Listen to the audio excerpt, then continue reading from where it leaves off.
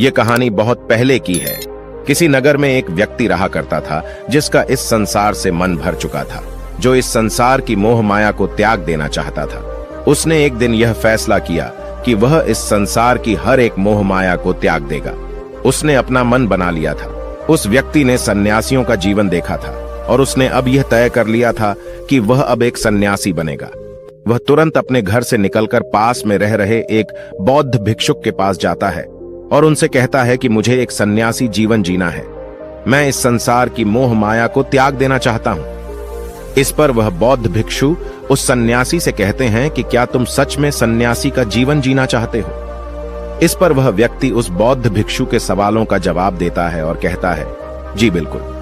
वह व्यक्ति कहता है, मैंने तय कर लिया है कि अब मुझे इस संसार की मोह माया को त्यागना है।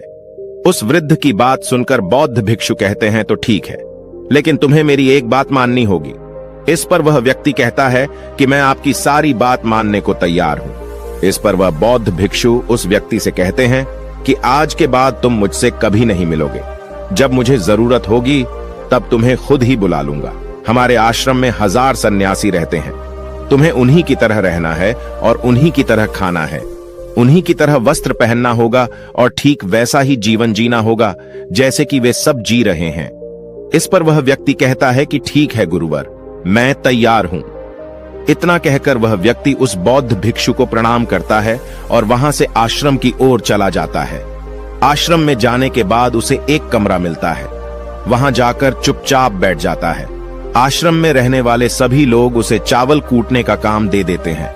वह व्यक्ति उन 1000 सन्यासियों के लिए हर रोज चावल कूटने का काम करने लगा।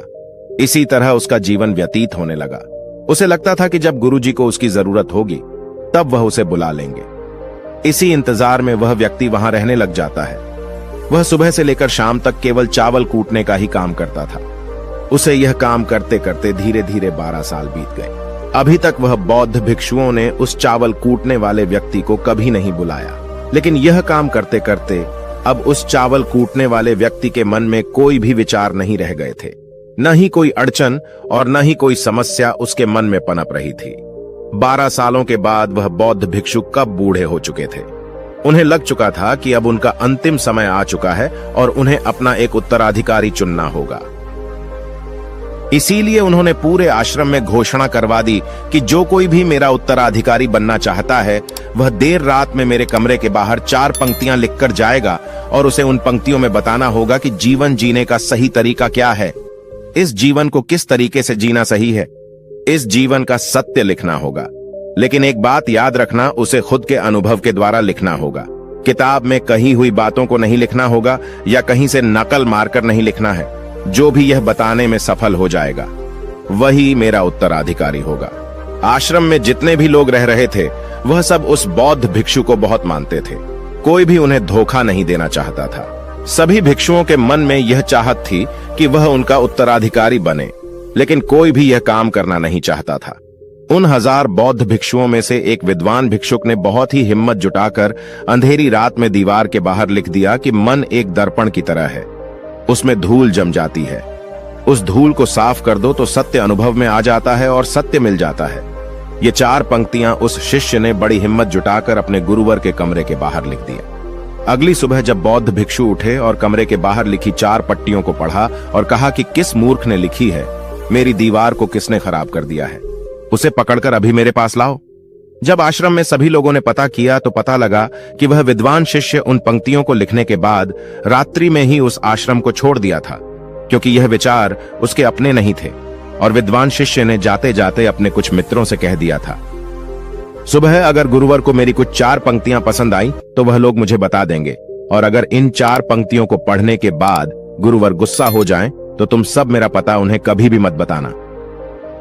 आश्रम के सभी लोग चिंता में पड़ गए कि कितनी अच्छी पंक्तियां तो लिखी हैं उसमें, फिर भी गुरुवर नाराज क्यों हो गए। इतनी अच्छी बात तो लिखी थी उसने कि मां ने दर्पण की तरह है, अगर उसे साफ कर दिया जाए तो उसका प्रतिबिंब अस्पष्ट दिखने लगता है। वे सब कहते हैं, चलो देखते हैं कि गुरुवर को ऐसा उत्तराधिकारी कौन मिलेगा जो उनके सवालों का सही जवाब उस दीवार पर लिख सके। वह कौन होगा जिसके पास इससे भी विचार होंगे। कुछ लोग यह सब बातें उस चावल कूटने वाले व्यक्ति के कमरे के बाहर कर रहे थे। वह चावल कूटने वाला व्यक्ति पूरी बातें सुन लेता है और जोर जोर से हंसने लग जाता है। लोग उससे पूछते हैं, इसमें हंसने वाली बात क्या है? तुम्हें इसमें क्या गलत लगता है? वह चावल कूटने वाला व्यक्ति कहता है, गुरुवर सही तो कह रहे हैं कि किस नासमझ ने यह सब लिखा है। इस पर वैसे लोग गुस्सा हो जाते हैं और उस चावल कूटने वाले से कहते हैं कि तुम्हें क्या पता, तुम तो 12 सालों से सिर्फ चावल कूटने का ही काम कर रहे हो। तुम्हें किस बात का ज्ञान है? ना तो तुम्हें शास्त्रों का ज्ञान है और न ही गुरुदेव ने तुम्हें कभी ज्ञान दिया। अगर तुम्हें इतना ही ज्ञान है तो तुम ही क्यों नहीं अच्छे शब्द बता देते? वह व्यक्ति हंसते हुए कहता है कि ठीक है, मैं जरूर बता दूंगा, लेकिन इतने सालों से मैंने लिखने का अभ्यास नहीं किया हूं तो लिखना मैं भूल गया हूं। मैं बातों को जरूर बता दूंगा, लेकिन किसी को मेरी बातें लिखनी होगी। और यह भी याद रखना कि मुझे उत्तराधिकारी बनने का कोई भी शौक नहीं है। इस पर वैसे लोग कहते हैं, तो ठीक है, क्या लिखना है बताओ। वह चावल कूटने वाला व्यक्ति कहता है, तो लिखो जो मैं बता रहा हूं। कैसा दर्पण कैसी धूल, न कोई दर्पण न कोई धूल, जो इसे जान लेता है वह सत्य को प्राप्त हो जाता है। यह बात उस गुरुदेव के कानों में पड़ जाती है। आधी रात को वह गुरुदेव उस चावल कूटने वाले व्यक्ति के पास आते हैं और उससे कहते हैं कि तुम यहां से चले जाओ, वरना यहां पर रहने वाले आश्रम के सभी 1000 लोग तुम्हें छोड़ेंगे नहीं। यह जोगा ले लो, तुम मेरा उत्तराधिकारी बनना चाहो या न जाओ, इससे कोई फर्क नहीं पड़ता।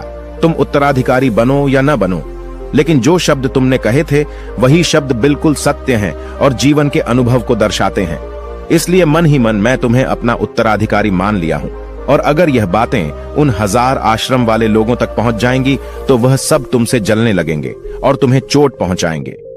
यह लोग बर्दाश्त नहीं कर पाएंगे। ये चावल कूटने वाले व्यक्ति उत्तराधिकारी कैसे बन सकता है? जिसे कभी ज्ञान नहीं, जिसने कभी शास्त्र पढ़ा ही नहीं, वह उत्तराधिकारी कैसे बन सकता है? वह भला कैसे सत्य को प्राप्त कर सकता है? और यहां पर शास्त्र जानने वाले सभी लोग सर पीटते रह जाएंगे। इसलिए तुम यहां से चले जाओ, कहीं और अपनी दुनिया बनाओ और वहां के लोगों को ज्ञान से भर दो। इस पर महात्मा बुद्ध ने भी अपने एक शिष्य से कहा था, जब तुम्हारे मन की सारे विचार शांत हो जाएं, तुम्हारे भीतर विचार आना बंद हो जाए, उस दिन से तुम्हें सत्य का अनुभव हो जाएगा।